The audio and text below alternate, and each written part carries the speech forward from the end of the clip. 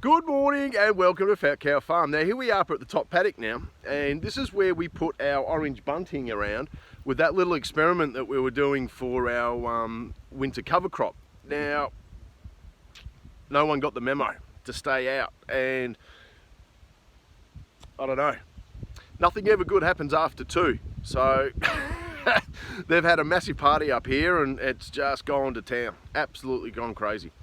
But in saying that, I want to show you the growth that we've had. So it's been 2 weeks, and like in saying that, like this bunting was all squared away. So it only must have been the last couple of days, and I haven't been up here. And so yeah. So anyway, look, it's held up to a point, and then that fencing's come down.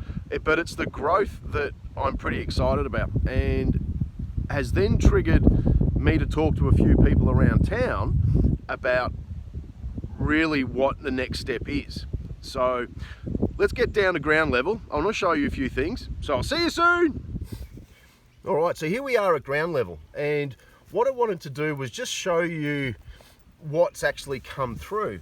Now, as you can see, we've got a fair bit of grass coming through there, which I'm thinking is the ryegrass, and a lot of that winter sort of legume base starting to come up.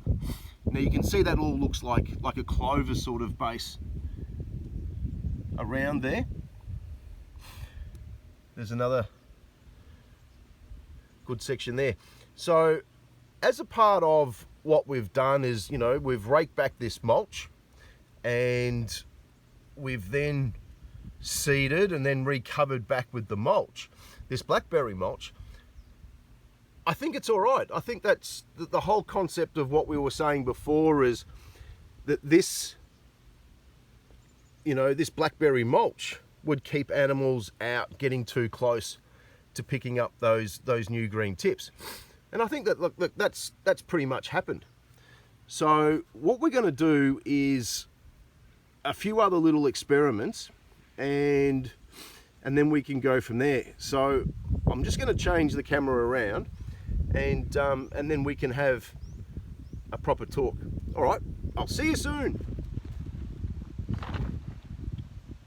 All right, so here we are. Now, what's happened is that with this growth that we've got coming through, I got really excited about it, using this blackberry mulch, and you know, so we're getting that germination success that we were really chasing. And so what I've done is I've spoken to a couple of agronomists in town, and what we're going to try and do is start the photosynthesis and the sugars, getting them back into the soils for all the soil microbes and bacteria and everything else that's going on.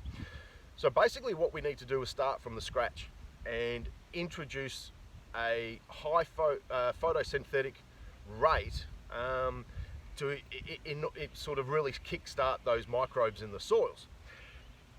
So what we needed to do was, rather than jump straight in and start planting grass, we needed the concept being is that we're going to introduce a large broadleaf sort of crop to start first.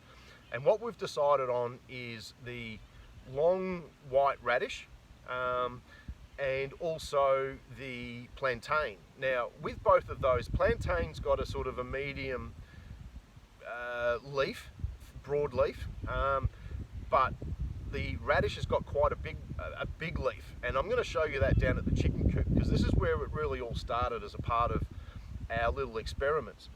Now, what we're going to do is the same sort of principle. Is behind me here, behind this orange bunting, I've got another section where we left, and that's going to be a part of our sort of a little experiment zone, where we're going to put the radishes in, and we're also going to do the plantain. Now, both of those have got a deep root tap system to start bringing up those minerals and nutrients from deeper down, and they're really designed for high compact soil areas.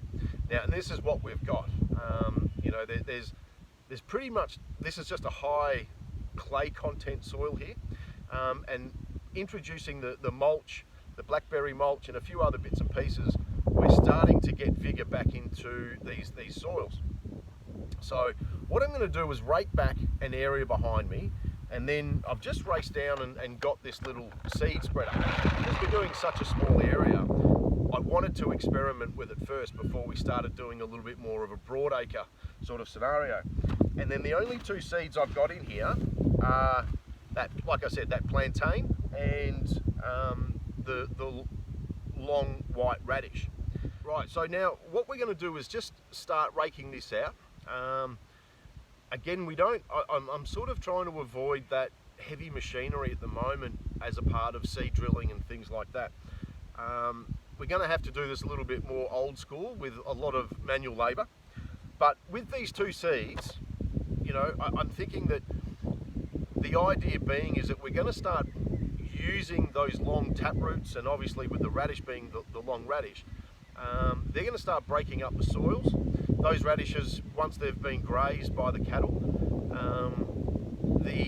those radishes will start decomposing.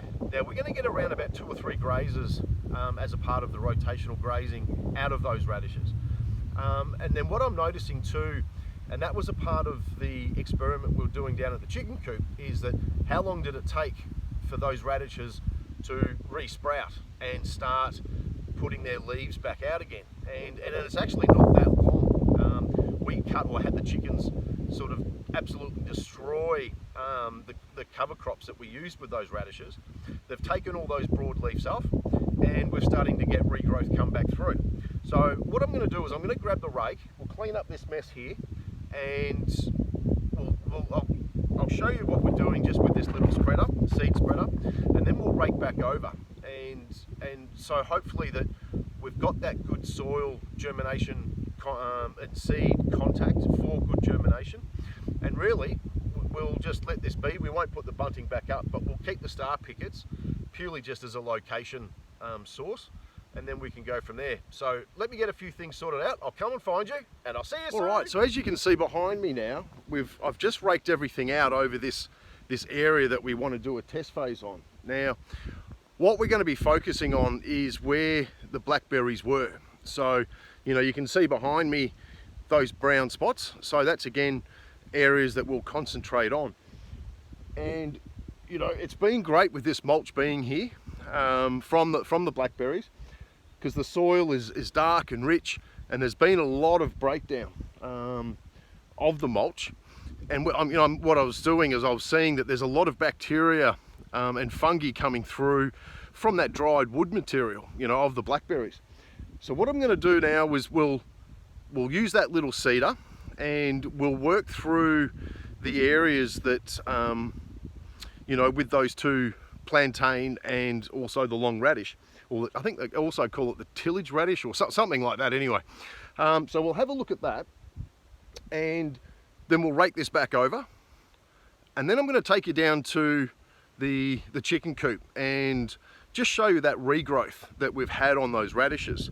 All right, so what I'll do is I'll get the seeder and the seeds, and we can go from there. So I'll see you soon. All right, so I've got my mix here, and what we were talking about is 1 measure of the radish, the long radish, and 4 of the plantain. All right, so I've got that all mixed up, ready to rock and roll. So we'll sort that out there. And doing this just a little area,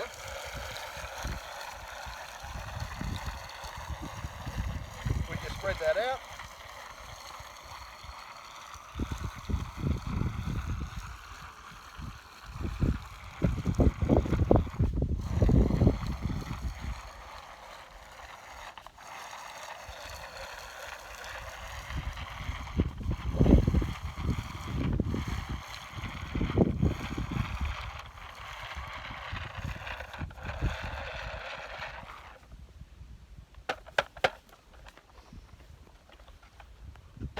Okay, so with that little that seeder, what I'm hoping to find is that we have a little bit more consistency in the seeds. So as you were looking here at our previous little test area, we've got concentrated areas. Now, what I'm thinking of, that's because we were just doing it by hand. But look, anyway, I'm hoping that will change. Rather than having clumps, we'll have a more of an even spread. But we'll get this mulch laid back out on top of these seeds, and all we're doing is sort of just bringing this back through. Now what I'm also finding is that when we peel back the mulch and using a metal fork, we're getting ruts in the soil, and that's where I'm hoping that the seeds will then embed themselves. So we've got that good soil to seed contact for good germination. But look, a little bit more work ahead of me. We'll get a few things sorted out. We can go from there, and I'll see you soon.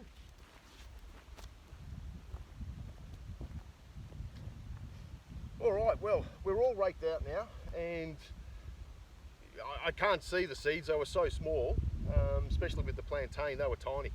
The radishes were a little bit larger, but you know, hopefully that's all covered.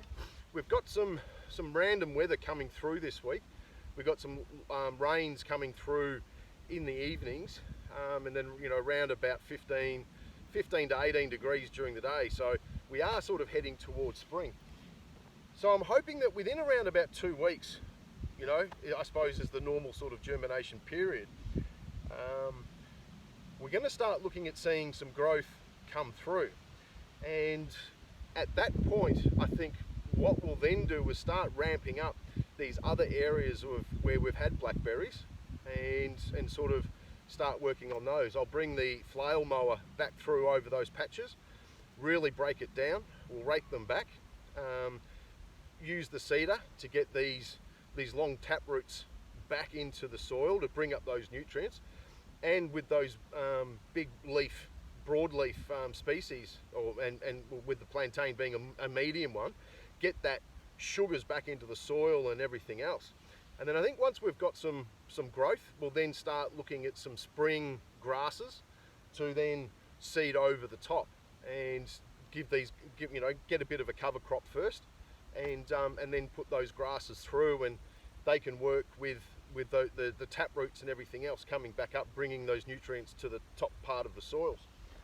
So, you know, it's another experiment, but this one, after the conversations that we've had with the agronomist, this one makes sense, as they all do over a period of time. It's just sort of, why didn't we think about that at the start? So, you know, rather than just planting grasses, let's look at our deep tap roots, broadleaf to start the sugars. We get that photosynthesis starting to happening, and we're bringing minerals up from deep below the soil over a period of time. You know, so we start looking at getting those nutrients and everything back into these soils. You know, and these soils have been left alone for so long that, you know, they're highly compacted.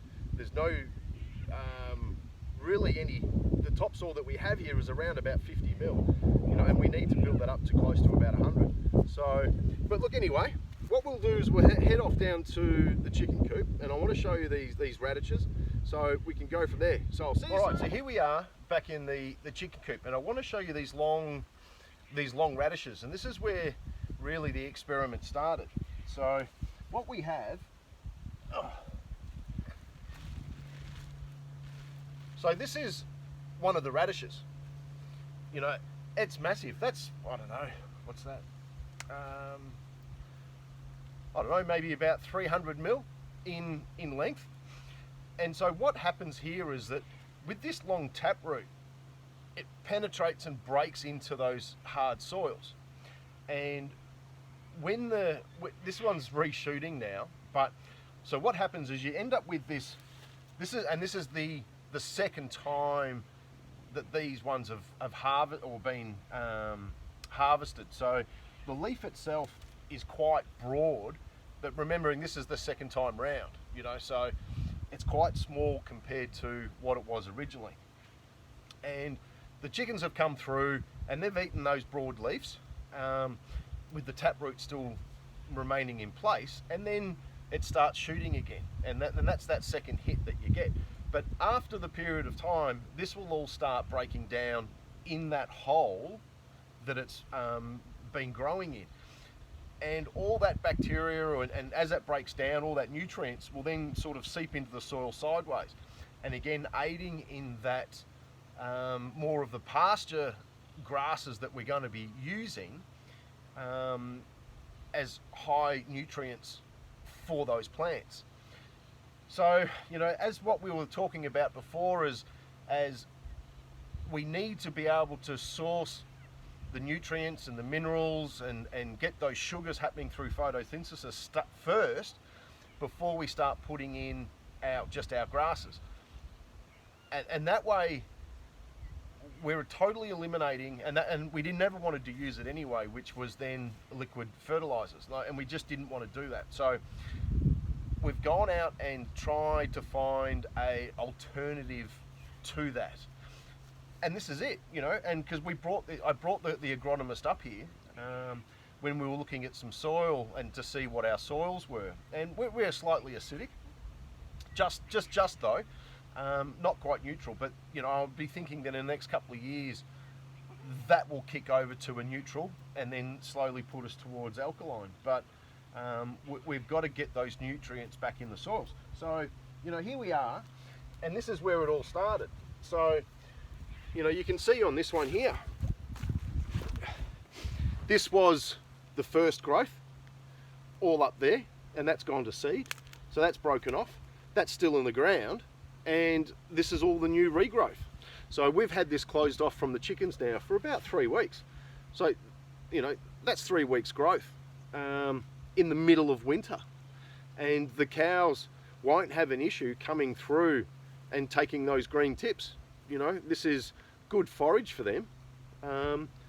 They might be a little bit at the start, but I'm sure that once they get the gist of it, you know, this is going to be right on. So now that you can start seeing what those radishes are going to be doing, you know, I'm pretty excited about, especially using them in those soils that are highly compacted, no nutrients or anything like that, and using grass species to sort of work around bringing those nutrients back in, you know, ones with long tap roots, broad leaf to start with, and we can go from there. So, you know, like, here we go.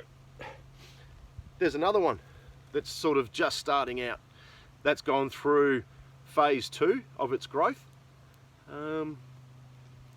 So yeah, you know, and look, here we've got, you know, soils clumping to these root lines.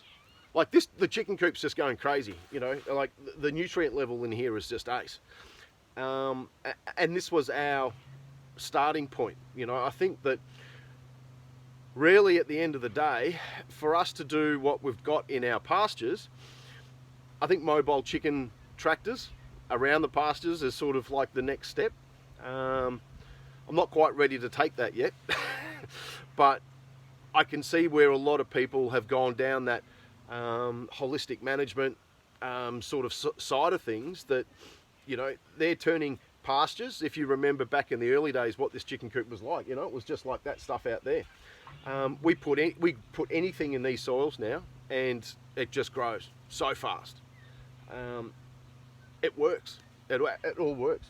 So, all about trying to get your pastures right with growth and getting your seeds right, but or your grass seeds right, but then having to take that step back to prepare for that sort of scenario, you know, using the white radishes and some broad other medium leaf species of grass like the plantain, get them up and running, and then we can then sort of cast the normal grasses that we want over the top, you know. Like and subscribe, and I'll see you soon.